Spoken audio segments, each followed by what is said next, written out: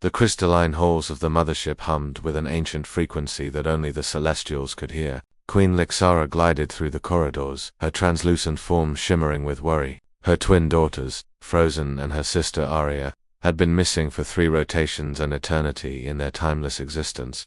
The search parties had combed through 17 galaxies, yet found nothing. Until now, Your Majesty, Captain Finch's voice crackled through the quantum communicator. We've located them. You need to see this yourself. Finch was human, one of the few mortals ever granted passage aboard a celestial vessel. His expertise in interspecies diplomacy had proven invaluable, but the tension in his voice sent ripples of concern through the Queen's ethereal being. She materialized on the observation deck of Finch's scout ship within moments. What she saw defied all protocol, all understanding, all logic. There, in the holding chamber, lay a human male unconscious but alive, and curled against his chest, glowing softly in their dormant state, were her daughters. Frozen's ice-blue luminescence intertwined with Arya's golden radiance, both of them wrapped around the human like children seeking warmth. Impossible, Queen Lixara whispered, her voice like wind chimes in a storm. Finch stood beside her, his dark eyes reflecting the strange scene before them.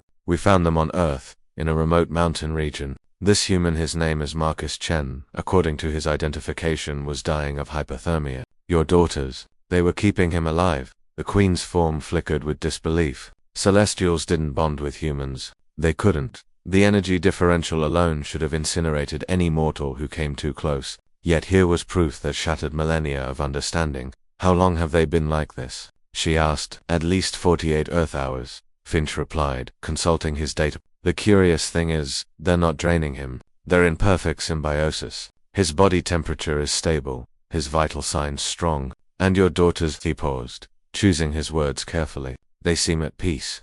Queen Lixara approached the chamber slowly. Through the transparent barrier, she could see Frozen's face serene content, more relaxed than she'd appeared in cycles. The young Celestial's usual restless energy had settled into something resembling ...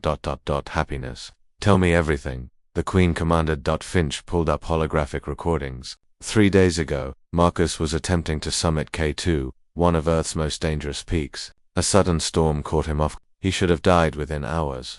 The hologram showed a figure stumbling through blinding snow. Instead, your daughters found him.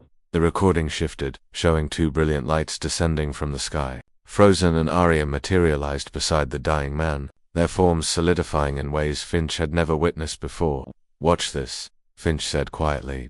In the hologram, Frozen knelt beside Marcus, her hand hovering over his chest. She looked at her sister, and some unspoken communication passed between them.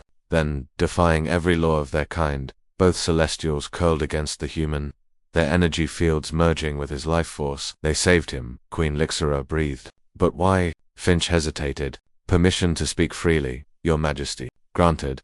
I think they were lonely.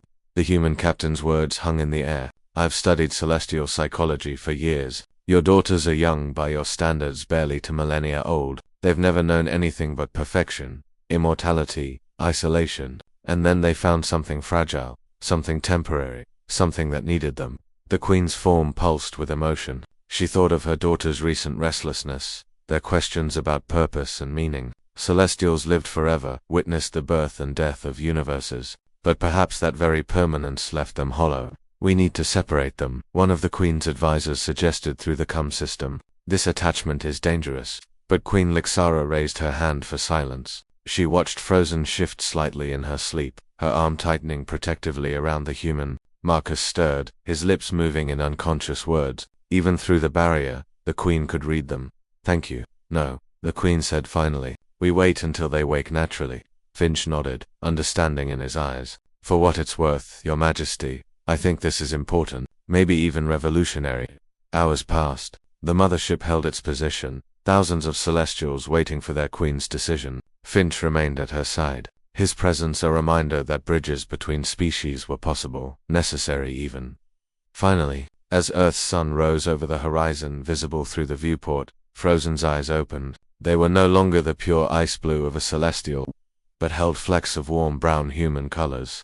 She saw her mother and slowly, carefully, disentangled herself from Marcus. Arya stirred and woke as well. Her golden eyes similarly changed. Mother, Frozen said softly. I can explain. No need, Queen Lixara replied. I understand. The question is, what happens now? Frozen looked down at Marcus, who was beginning to wake. He has a life on Earth, family, dreams. We wanted to see what that felt like to matter to someone whose time is limited, to be needed not for our power, but for our compassion. Marcus's eyes fluttered open, confusion giving way to wonder as he saw the glowing beings around him. I'm alive. Very much so, Finch said with a slight smile. Thanks to some very remarkable friends. Queen Lixara made her decision then, one that would change celestial society forever. Frozen, Arayu will serve as ambassadors to Earth. You've discovered something we'd forgotten, that immortality without connection is just eternal loneliness. Frozen's face lit up with joy. Thank you, Mother. The Queen looked at Finch.